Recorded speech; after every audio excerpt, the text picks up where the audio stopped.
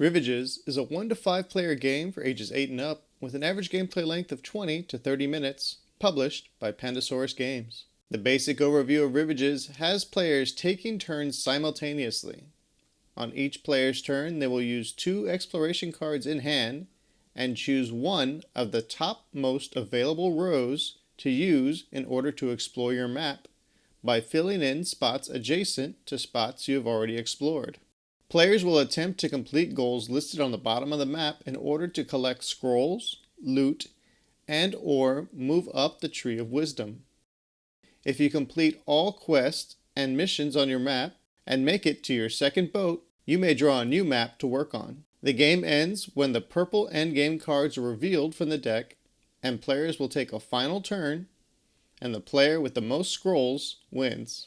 To set up the game, shuffle all island boards and randomly deal 1 to each player, then set them face down within reach of all players. Next, give each player a Tree of Wisdom board, and for your first game, it is recommended to play on side A. In later games, you can use side B, but all players must play on the same side. Players will also need a dry erase marker and a wiping cloth. Take the 25 loot tokens and place them in the loot bag, and place it near all players. Place the pile of scrolls within reach of all players, and in the middle, place the Great Explorer tile with the side up equal to the number of players. Finally, we will set up the exploration cards. Take all purple endgame exploration cards and shuffle them together. Then take the exploration cards and separate them by player number: 2+, 3+, 4+, and 5+. Based on the number of players, 4 players in this example, take the cards that equal the number of players and any cards with a lower number. We will take the 2+, 3+, and 4+ cards and shuffle them together and place them on top of the purple endgame cards. And take the other unused exploration cards and return them to the box. Finally, each player will draw 2 exploration cards and you are ready to begin. Each player will start at one of the ships on the map, and they will show this by filling in that space with the marker. Before you start the game, I recommend you check the goals at the bottom of your map. On the sides, you have exploration missions, which will award you scrolls and sometimes loot bags and telescopes.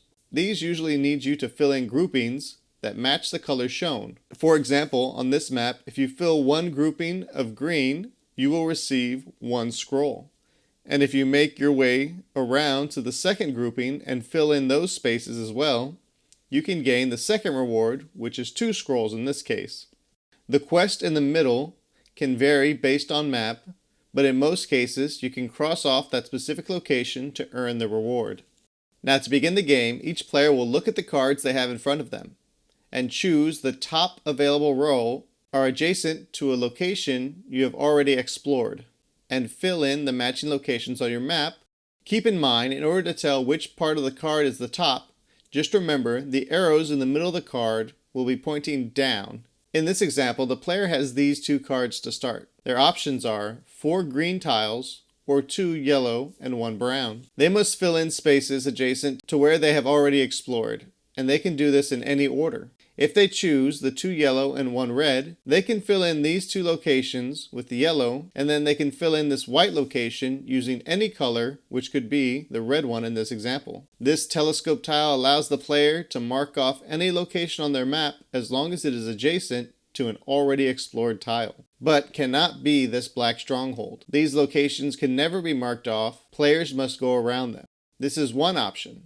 However, given the mission listed on the map, they choose to use the card with the 4 green tiles. They will cross off all 4 in this grouping and complete the first mission in their map. They will check or cross off the mission on their board and collect 1 purple scroll token, as well as mark off the row they decided to use on the card they chose. Remember, although we showed 2 examples, only 1 row on 1 card can be used per turn. Once all players have finished marking their map, the players will pass both cards to the player to their left. Now, with a new pair of cards in hand, the player has 2 new lines to choose from. The top line has a telescope, which is essentially a wild, and a loot bag, which allows you to draw a loot from the loot bag and can use it at any time. Loot tiles can range from telescopes, free tiles you can fill, groupings you can fill, scrolls, and even idols which allow you to mark a space off of your Tree of Wisdom board. But instead of gambling with the loot bag, the player chooses the card with 1 yellow and 2 red. They can use the yellow tile to fill in the statue on their map, which allows them to mark off the first location on their Tree of Wisdom, giving them 1 purple scroll. They will then mark off 1 red tile, and use the second red tile to mark off this scroll tile, and collect 1 purple scroll. Keep in mind this is possible since any tile with a white background can be filled using any tile from the exploration card. Then when all players are ready, pass the cards left and get ready for the next round. This next pair of cards is pretty easy to choose from. The player can either fill in these 3 spaces to try and complete the yellow grouping, or this card to get closer to their main goal on this map. They choose the 2 yellow and 1 blue water tile. They cross off the tiles on the map and card. Then when all players are ready, they pass the cards. Now this player has received a fully crossed out card. When this happens, they will discard it and draw a new one from the top of the exploration deck. They will use this blue water tile to cross off the white main goal. Each map has a different quest condition. Some are as simple as this one, letting you collect using any tile to complete the white background. Other quests have color-specific backgrounds in order to complete. There are 2 other types of quests, like this arrow circling a black cube, meaning the player must cross off all tiles surrounding a black stronghold. Or this other type of quest that must be completed in a certain order. For example, in this quest, the rope must be crossed off first, then the wall, and finally the chest. Back to the player. They will collect the main goal prize, which is a purple scroll, and a loot token from the loot bag. They draw this green grouping with a check mark, meaning they can fill in any grouping matching that color they are adjacent to. Since this is a loot bag pool, they can save it for later or use it immediately. They would use it immediately, however, at least 1 adjacent spot must be filled in order to complete, and since they are 1 blue tile away, they have to wait to use it. And once used, it is discarded from the game. They will continue their turn and fill in these yellow spaces, completing a grouping and earning a scroll for this island. Play will continue this way until a player has completed all goals on their map. Once all goals are completed and they have successfully made it to their second ship, once their turn is over, they will pass their cards, receive cards from the player on their right, and starting the next round, they will set their map to the side and draw a new one from the pile in the middle of the table. And they will immediately cross off 1 ship space on the new map and take their turn like normal. As the game goes on, the exploration deck will get smaller, and whenever the first endgame purple card is seen at the top of the deck, it lets you know that this is the final round. The purple endgame card can be drawn if multiple cards just so happen to be discarded at the same time. However, they only have 1 line to choose from, unlike the other exploration cards that have 3.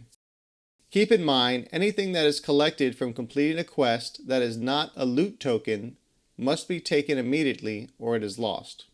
And also, if a small bridge, like this one, connects 2 tiles, they are considered adjacent and can be crossed off as if it was directly next to that tile.